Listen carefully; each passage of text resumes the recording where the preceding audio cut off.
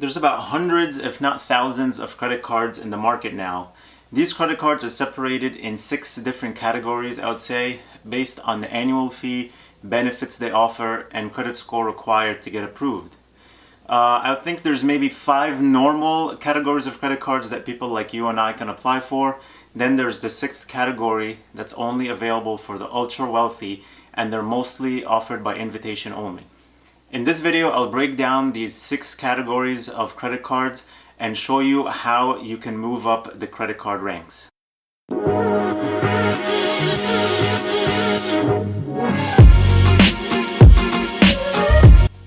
Hey guys, my name is Rami and welcome to Points Pointers. My goal for this channel is to help you earn and redeem as many points as possible to upgrade your travels for little to no money. Let's start at the bottom. Category 1. The secured credit cards. In my last video, I recommended the best secured credit cards for you, which I'll link somewhere up here or up here. The secured credit cards are your best option to start climbing up the credit card category ladder. Almost anyone can be approved for a secured credit card since you have to put the money available for you up front. This means if, let's say, you open a secured credit card with Capital One and your credit limit is $200, you'll have to pay Capital One $200 and they'll keep this money for you. Now every month you spend $100 or so on coffee or lunch or going to the movies or whatever, then you keep doing that and paying your bill in full each month. After a few months, the bank will reevaluate your credit worthiness and transition you to a non-secured credit card. This category is good for people who have bad credit or don't have any credit history at all. Category 2. This is the non-secured traditional credit cards category. These cards don't offer any sort of rewards. These cards normally have 0 annual fees and don't require excellent credit score to apply for. The Citibank Simplicity and the Chase Slate cards are a good example of this category. You won't be earning any rewards in terms of cashback or miles or anything like that, but at least you're building your credit, which will help you work your way to move to the next category. Category 3. This is where it gets a bit exciting. In this category, you'll have cards that offer reasonable rewards on everyday spend and even sign-up bonuses. These cards will also have 0 annual fees, even though they're giving you some rewards. These 0 fees credit cards are great to have and keep over the long term, regardless of your income or how high your credit score gets.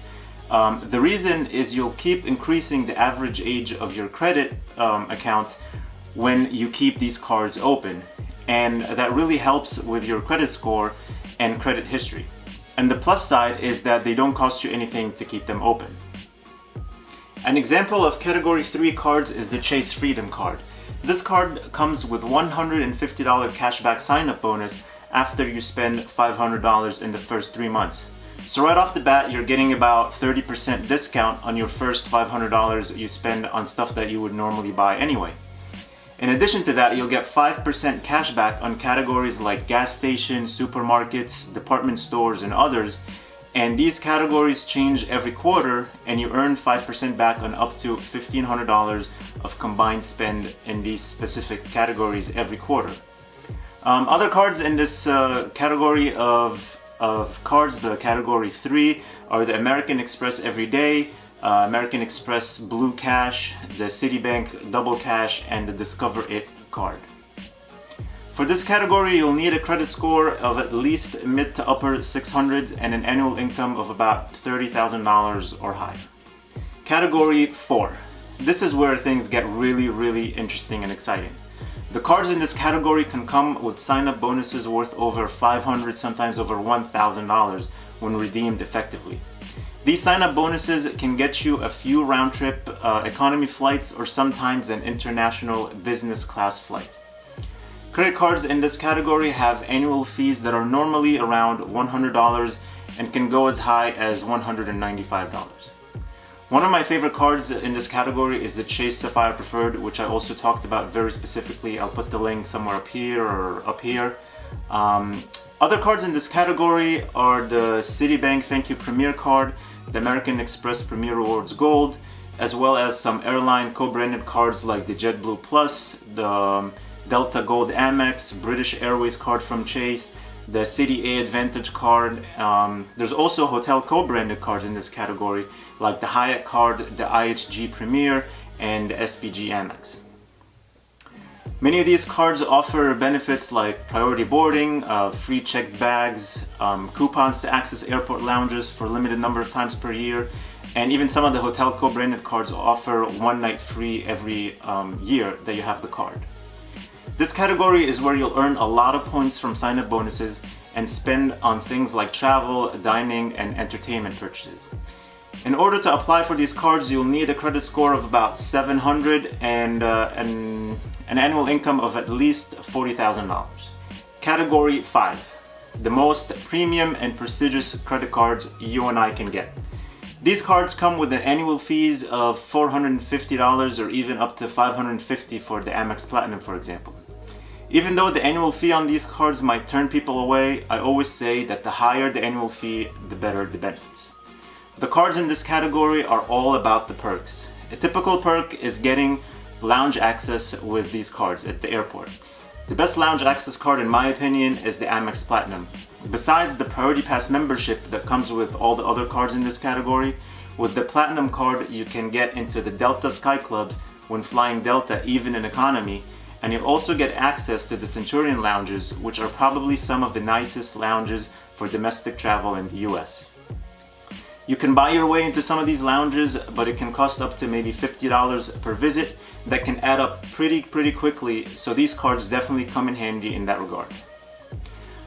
For this category, I think you'll need an income of about $50,000 per year and a credit score of at least 720 to be able to apply for these cards and get approved.